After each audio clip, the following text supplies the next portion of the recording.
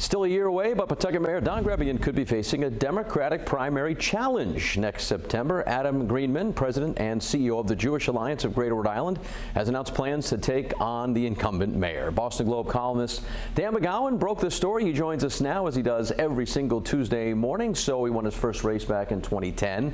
Has easily won the last couple times he's ran. So what do you think prompted this challenge against him? I think it's that right there. He's been in office, won for the first time in 2010, wins every 2 years, has never really faced a serious challenge. And I think, in talking to Mr. Greenman, he says, look, my kids were born here, Memorial Hospital, it's closed. I took my kids to the Pawtucket Red Sox games, they're gone. Potentially Hasbro's leaving, and he thinks he wants to kind of put together a campaign to kind of challenge the mayor on those issues. So it's always considered very difficult, of course, to beat an incumbent. You wrote that Greenman has the chance to be a strong challenger. So what makes him different than maybe any other candidate that would want to try and challenge Greenman? A couple of things. I think one, look, he's going to be able to raise some more money than the average person who runs. Okay. What Don Greenman has had a benefit of for a long time in his career is when he does have an opponent, it's often the kind of gadfly, sort of social media following kind of person, but no one that can raise money, no one that knows how to do this.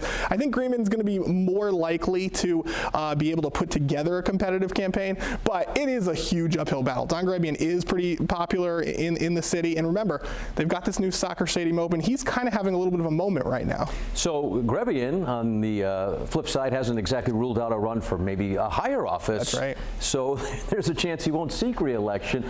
There's a two-part question. Why would he want to seek higher office, and why would he want to leave a job that he probably has a pretty good chance of keeping? Sure, both reasonable questions. I think number one, to what I was just saying before, look, he's having this great moment right now. You go to a soccer game, Rhode Island FC game, you see Mayor Greenman out there looking fit. He's lost some weight. He's tan. He feels good about himself. Honestly, those are things that matter. And there's this chance that the lieutenant governor's office, Sabina Matos, wants to run for re-election, but she's considered pretty vulnerable. And I think Don Greenman, who really likes Governor McKee, remember, thinks maybe there's an opening there.